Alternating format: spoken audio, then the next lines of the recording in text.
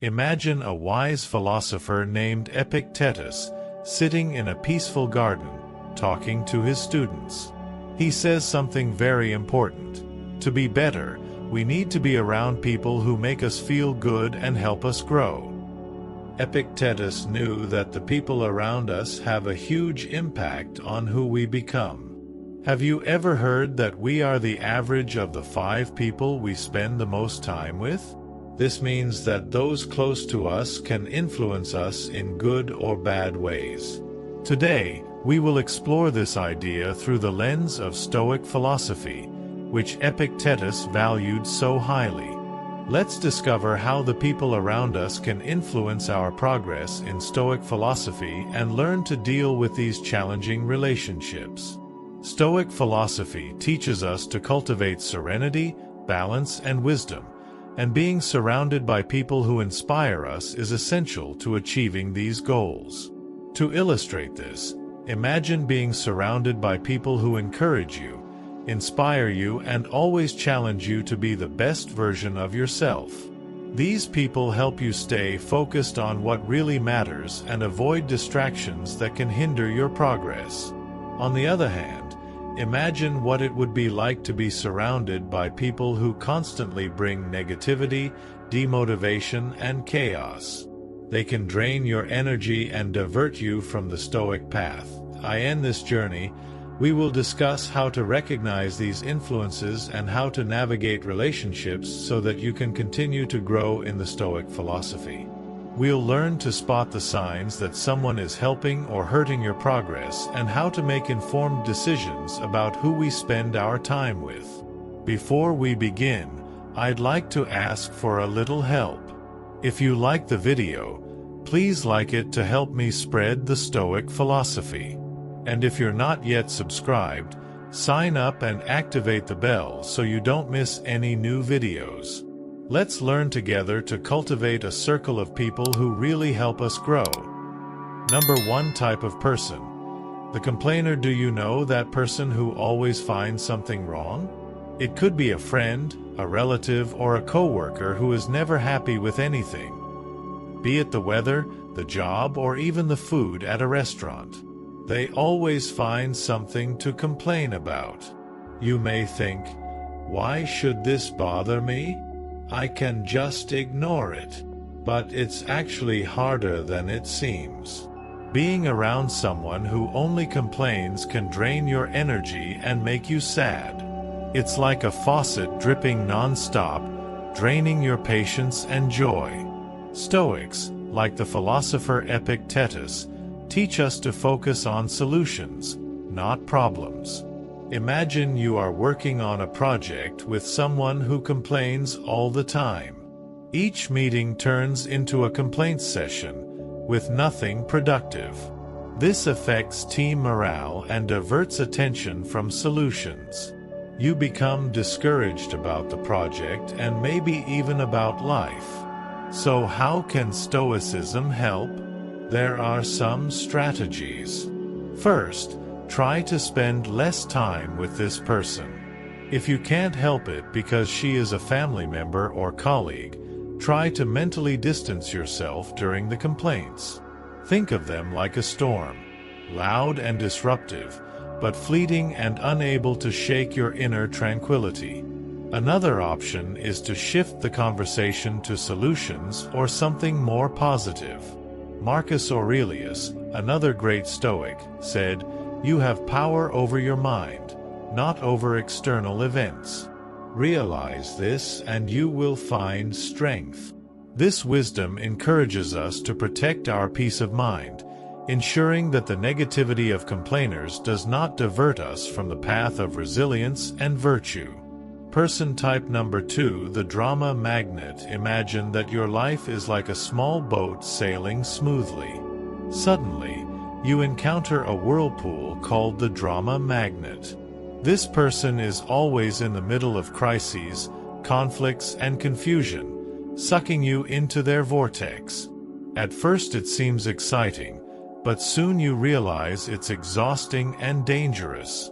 Dealing with drama magnets is tricky because their chaos is contagious. You may end up involved in fights that aren't even yours. For example, you have a friend who always fights with other people. One day, he fights with Maria. In the other, with Joao. He comes to ask for your advice, but you realize that this cycle never ends. Suddenly, you are also fighting with Maria or Joao because you tried to help. A good strategy is reflective listening. Instead of giving advice or taking sides, repeat what they say. If they say, "I can't believe Maria said that about me," you respond, "So you feel betrayed by Maria's words?" This offers emotional support without you getting involved in the drama. Another way is to be selectively unavailable. Sometimes this means being unavailable for other people's crises, especially if they are constant. Turn off your phone at certain times and create moments to focus on your work or personal growth.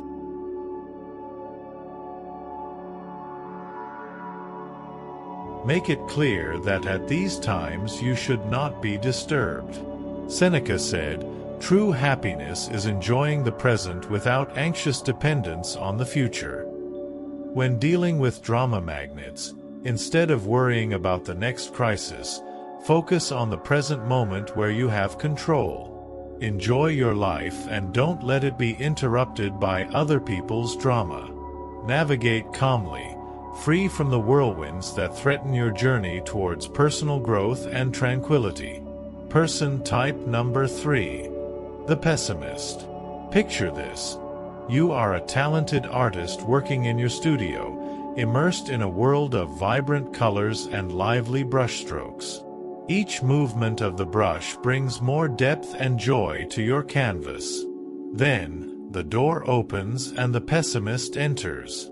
They observe his work with a critical eye and say, "Are you sure about this color? It doesn't seem realistic." Or, "Most artists never get anywhere." His words are like splashes of gray paint, overshadowing his brilliant creation. These criticisms don't help at all. It's just doubts and negativity. Now, visualize that you are super excited to start a new career. You did a lot of research, talked to professionals in the field, and even took some courses. When you share your enthusiasm with the pessimist, they quickly list all the reasons why it won't work out. The market is too competitive. Are you sure you have the right skills? What if you fail? These doubts start to creep into your mind, and all the confidence you had starts to waver. But how to deal with a pessimist, especially if it's someone close to you? A different but effective approach is to ask them for advice. Instead of just sharing your plans, ask for their opinion. When people give advice, they tend to be less critical and more constructive. For example, say, "I'm thinking about changing careers. What do you think I should consider?" Another way is to turn the tide with a technique called positive confrontation. Instead of absorbing the negativity, challenge them to think of solutions. If they say, "You'll never be able to change careers now," respond with something like, "How do you think someone can make a career change successfully?" This not only deflects negativity, but also encourages a more constructive and collaborative conversation. Remember the words of the Stoic philosopher Epictetus, "We have 2 ears and 1 mouth, so that we can hear twice as much as we speak." Listening is not about absorbing everyone's negativity, but rather about discerning valuable information from mere noise. When pessimists start to cloud your screen with their doubts, take a step back, listen, reflect, and continue painting your own life with the colors you love. Don't let anyone turn your vibrant masterpiece into a dull, gray landscape. To better illustrate, visualize the following scenario. You are at a party, happy and excited, telling your friends about your plans to open a new business. You've done research, studied the market, and even found some mentors to guide you. But the pessimist in the class interrupts, "Own business? In times of crisis? What if it goes bankrupt?" Suddenly, you feel a weight in your chest, as if the room becomes darker. In these moments, take a deep breath and use the technique of asking for advice. "I understand your concerns. What would you suggest I do to minimize the risks?" Or, apply the positive confrontation. "What steps do you think are essential to ensure the success of a new business?" This turns the conversation from negative to productive, and you may even discover helpful points of view that you hadn't considered. Whenever the pessimist tries to cloud your vision with clouds of doubt, remember to maintain your focus and clarity. Listen, filter what is useful and discard the rest. Your life is a blank canvas, and you are the artist. Paint it with the colors that inspire you most, and don't let anyone erase your masterpiece. Person type number 4. The victim. Let's imagine life as a gigantic game of chess. Each player has their pieces, and the objective is to checkmate the opposing king. You strategically make some sacrifices and risk some moves. But then the victim appears. For her, no matter what she does on the board, she always feels trapped, as if she is constantly in checkmate. It's not because of her decisions, but because she believes external forces are conspiring against her. The victim's story is like a continuous drama in which he sees himself as a helpless protagonist. "I can't progress at work because my boss doesn't support me," or "I can't improve my fitness because of my genetics." It is important to recognize that some people face genuine difficulties and real challenges. However, the victim uses these difficulties as a permanent excuse, avoiding taking responsibility for their actions or inactions.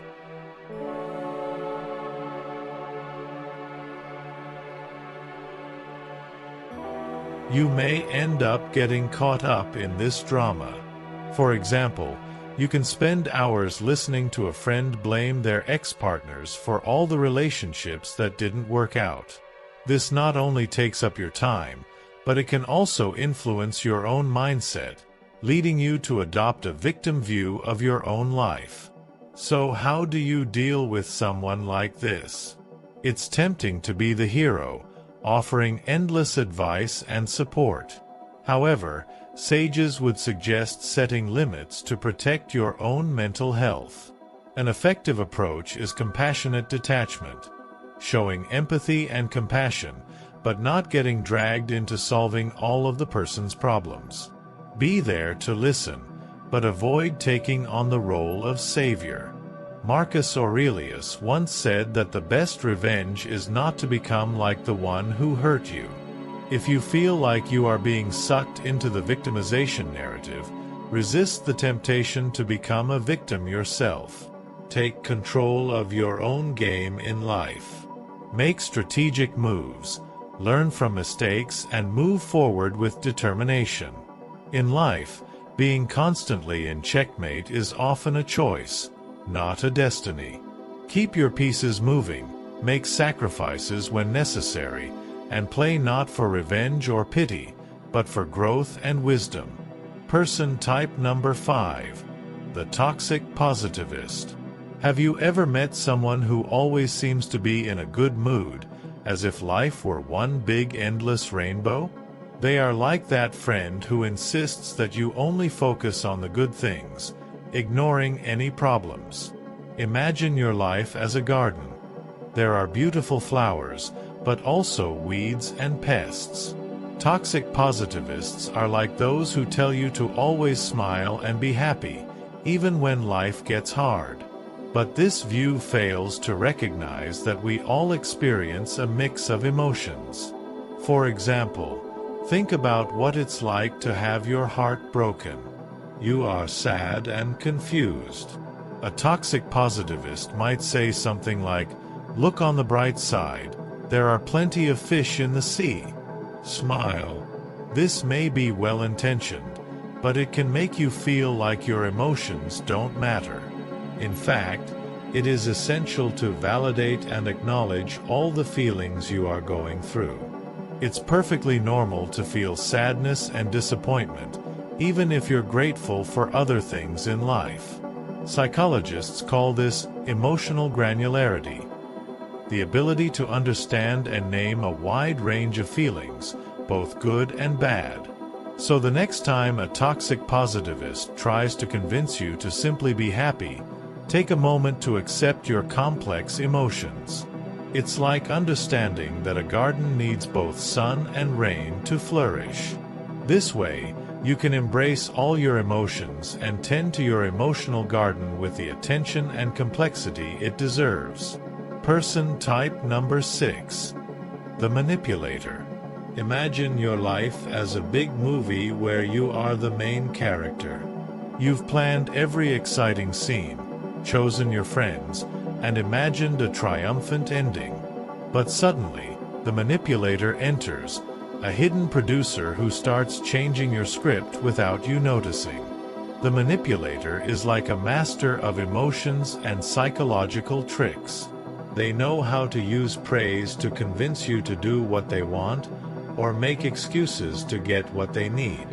It might be that friend who always asks you to pay the dinner bill, saying, "I'm going through a hard time and you're so successful that it wouldn't make a difference to you, but it would help me a lot." Over time, you realize that your generosity was used, but it's difficult to confront them because they always find a way to justify their actions. Dealing with a manipulator can be complicated. A smart strategy is to agree with the truths in their words, but not get carried away by emotional manipulation. If they suggest that you pay for dinner because you make a good living, you can calmly respond, "Yes, I'm fine, but let's split the bill, like we always do." Another important way to deal with this is to set clear boundaries and stick to them firmly. If the manipulator asks to borrow money or tries to involve you in something uncomfortable, learn to say no in a gentle and assertive way. "I can't lend you money right now, but I'm here to offer emotional support." Remember the words of Epictetus, a philosopher who taught about controlling our reactions. We cannot choose what happens to us, but we can always choose how to respond. Manipulators rely on our predictable reactions. They exploit our kindness, guilt, or desire to be accepted. By choosing to respond differently, you take back control of your own script. So if you find yourself dealing with a manipulator, remember that you are the director of your own story. The journey is yours to guide, and although you will meet various characters along the way, it is essential to stay true to your values and decisions. Take back your personal power and don't allow anyone to manipulate the narrative of your life. Person type number 7. The vampire. Think of your daily life as a grand symphony, where each moment is a pulsating note that contributes to the melody of your personal journey. Each appointment and task intertwine like tuned instruments, creating a harmony that reflects who you are. But, from time to time, an unexpected character appears, the time vampire. This character has no bad intentions, but his actions are like discordant notes that disturb the carefully constructed harmony. It could be that colleague who constantly interrupts with unimportant questions while you're trying to concentrate, or a well-meaning friend who insists on dragging you to social events when you need a moment of tranquility. While these moments may seem insignificant individually, together they form a cacophony that threatens to throw his personal symphony off balance. As the conductor of your own life, you need to protect this harmony. One powerful technique is the Pomodoro technique, dividing your time into focused intervals where you commit to not being disturbed, ensuring that each note is played with precision. When faced with a social time vampire, remember the importance of setting clear boundaries. Saying no is not just a right, but a necessity to preserve your emotional and physical well-being. By carefully choosing how to invest your time, you are shaping not only your days, but also the bigger picture of your life. As Seneca teaches us, true wisdom lies in using our time discerningly, reserving it for what really matters. Every moment represents an opportunity to contribute to your own personal masterpiece, where you decide which melodies will resonate your path. Hold fast to conducting your symphony, ensuring that each note is an authentic expression of your journey, a step toward growth and fulfillment. Conclusion. If something in our conversation today made you stop to reflect, have that aha of understanding, or simply made you think a little more about your own experiences, I would be really happy to hear what you have to say in the comments below.